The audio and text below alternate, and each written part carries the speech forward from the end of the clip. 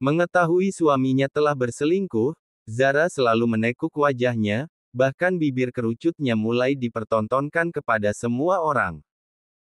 Maura dan Lala merasa heran akan sikap bunda mereka yang tiba-tiba menjadi aneh seperti itu, tidak ada angin, tidak ada hujan tiba-tiba saja berwajah masam.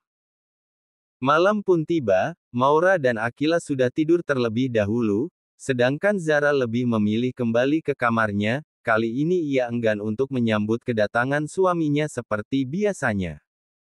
Akhirnya Zara memutuskan untuk tidur lebih dulu, lampu kamar pun ia ganti dengan lampu tidur yang cahayanya terlihat temaram. Sekitar 30 menit kemudian, Saga akhirnya pulang dari kantor, ia merasa ada yang aneh dengan istrinya, kenapa tidak menyambut kedatangannya seperti biasanya, ia pun sempat bertanya kepada ibunya. "Mam, istriku kemana? Anak-anak apa sudah tidur?" Tanyanya sambil tengok ke kanan dan kiri.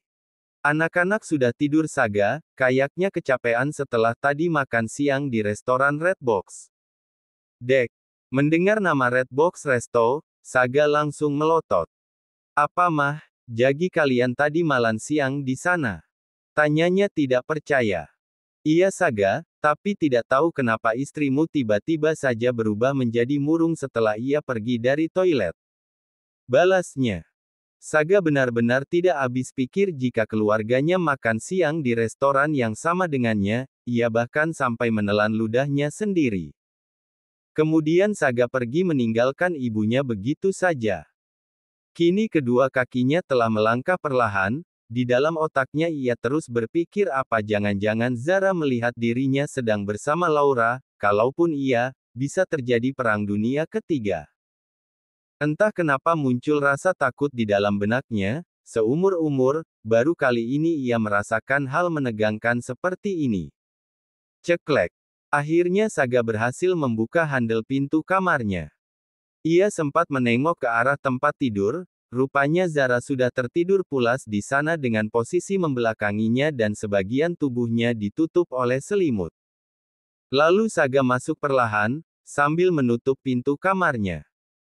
Zara sendiri rupanya belum bisa tertidur pulas, entah kenapa hatinya selalu bergemuruh jika mengingat kejadian tadi siang di restoran, bayang-bayang akan suaminya sedang bermesraan dengan wanita lain, rasanya dirinya terbakar oleh api cemburu.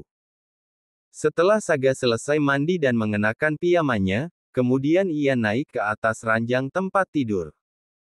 Saga mencoba menggeser tubuhnya agar bisa dekat dengan Zara. Saat tangannya akan memeluk istrinya, tiba-tiba Zara tercekat dan langsung berpindah tempat menuju kursi sofa.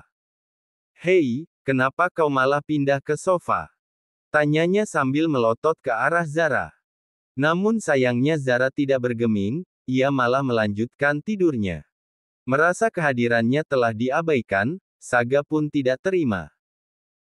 Dengan emosinya yang sudah meluap, ia beranjak dari tempat tidurnya lalu pergi menuju kursi sofa, tanpa berpikir panjang, Saga menggendong tubuh Zara lalu menghempaskannya ke atas ranjang tempat tidur, dengan sengaja Saga menindih tubuhnya, lalu mengunci kedua tangannya ke atas kepalanya, sehingga Zara tidak bisa berkutik.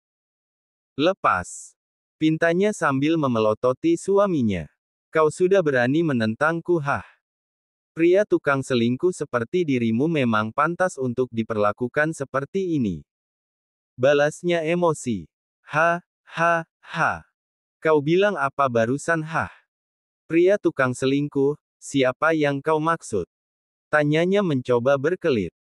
"Jangan pura-pura amnesia kamu mas, aku sudah lihat semuanya, kalau kau telah berselingkuh di belakangku," jawabnya sampai dadanya naik turun karena kesal. "Oh ya, apa pedulimu jika aku berselingkuh dengan wanita cantik di luaran sana, toh kamu sendiri tidak pernah mencintaiku kan, jadi untuk apa dipermasalahkan?" Jawabnya begitu enteng. "Dek, dasar pria menyebalkan, setelah kau meruda paksa diriku malam itu, kau malah seenaknya berselingkuh dengan wanita lain. Apakah kau tidak mementingkan perasaanku?" balasnya tidak mau kalah. "Oh ya, lantas bagaimana perasaanmu sekarang terhadapku setelah melihatku bersama wanita lain?" Kau pria menjijikan, aku benci pria tukang selingkuh sepertimu, sekarang lepaskan aku. Pintanya memohon. Harusnya kau berkaca diri Zara, kenapa aku bisa melakukan hal ini? Apakah kau tidak pernah merasakan sikap perhatianku selama ini padamu? Apakah kau pura-pura tuli saat aku berkali-kali mengatakan jika aku menyukaimu? Tapi apa, kau malah bersikap acuh dan menganggap jika perkataanku ini adalah sebuah lelucon. Kali ini Saga malah menyerang balik Zara, sehingga membuat Zara terdiam. Kumohon, berhentilah mengabaikan perasaanku, cobalah untuk membuka hatimu untukku. Pintanya sambil menatap lekat wajah istrinya.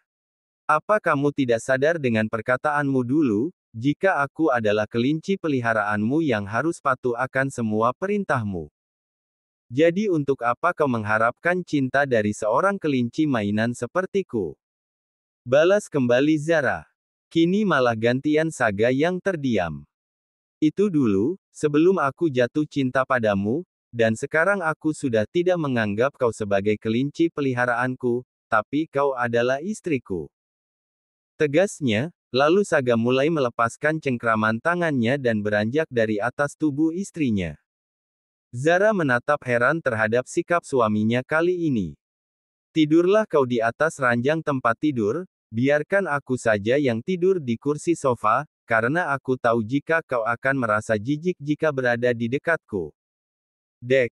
Zara malah merasa bersalah atas perkataannya barusan. Kenapa malah jadi seperti ini?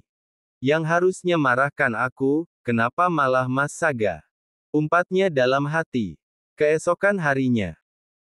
Di saat cuaca pagi ini yang begitu cerah, telah terjadi perang dingin antara Sagara dan juga Zara. Semenjak kejadian semalam, kini keduanya tidak saling sapa sama sekali. Zara sendiri sempat kesal karena diabaikan oleh suaminya yang jelas-jelas bersalah. Setelah Saga pergi menuju kantor, seperti biasanya, Zara asik bermain dengan kedua putrinya sebelum nanti jam 10 siang akan ada guru les yang siap mengajar kedua putrinya, karena rencananya tahun depan Maura dan Akila akan masuk sekolah dasar. Hari ini Zara dikejutkan oleh kehadiran Dewi yang datang secara tiba-tiba. Baginya ini adalah momen yang tepat di mana saat ini Zara sedang membutuhkan seorang teman untuk mengutarakan keluh kesahnya. Dewi sempat menatap takjub dengan kediaman Shailendra yang bagaikan sebuah istana. Dewi, akhirnya aku bisa bertemu denganmu lagi, aku sangat merindukanmu. Ucapnya sambil memeluk erat Dewi, begitupun dengan Dewi. Aku juga kangen banget sama kamu, Ra. Balasnya. Anak-anak kemana Ra? Tanya Dewi sambil mengedarkan pandangannya ke arah lain. Mereka berdua sedang les di ruangan perpustakaan Wi. Jawabnya. Wah, pantas saja gak kelihatan. Terus ibu mertuamu mana Ra? Beliau sedang pergi untuk pertemuan penting dengan rekan bisnisnya. Oh, pantesan rumah ini serasa sepi ya. Ngomong-ngomong, kok kamu bisa mendadak datang ke sini Wi? Tanyanya penuh selidik. Kali ini pertanyaan dari Zara telah membuat Dewi tercekat. Kebetulan aku hari ini off Ra, dan entah kenapa aku tiba-tiba merindukanmu. Jawabnya cukup kaku. Benar hanya itu saja Wi. Selidik Zara. Iya Nyonya Sagara Mahendra. Jawabnya lantang. Ish, apaan sih Wi? Oh kebetulan sekali ada yang ingin aku bicarakan padamu. Wah kebetulan sekali ya Ra, coba kau katakan apa yang ingin kau ceritakan padaku. Ini mengenai Mas Sagawi. Memangnya ada apa dengan suamimu itu Ra? Akhirnya Zara mengatakan apa yang telah terjadi dengan suaminya kemarin. Hah, selingkuh. Suamimu selingkuh Ra? Ucapnya dengan lantang. Seketika Zara langsung membekap mulut Dewi oleh tangannya. Pelankan suaramu itu Wi. Tegur Zara. Ops, sorry Ra. Jawabnya penuh sesal. Aku yakin pasti ada sebabnya mengapa suamimu melakukan hal ini padamu Ra. Sambung kembali Dewi. Maksudmu? Aku gak paham Wi. Cetusnya cukup kesal. Kenapa kau tidak mencoba introspeksi pada diri kamu sendiri Ra? Usulnya cukup menyinggung. Kok kamu malah ngomong kayak gitu sih, seolah aku yang sepenuhnya salah. Lalu Dewi mencengkram dengan kuat bahunya Zara. Ra, aku tahu jika kau menikah dengan Tuan Saga karena demi biaya operasi dan kesembuhan Akila, tapi kau harus sadar posisimu saat ini adalah seorang istri, dan kau tahu jika surganya seorang istri terletak pada ridho suaminya.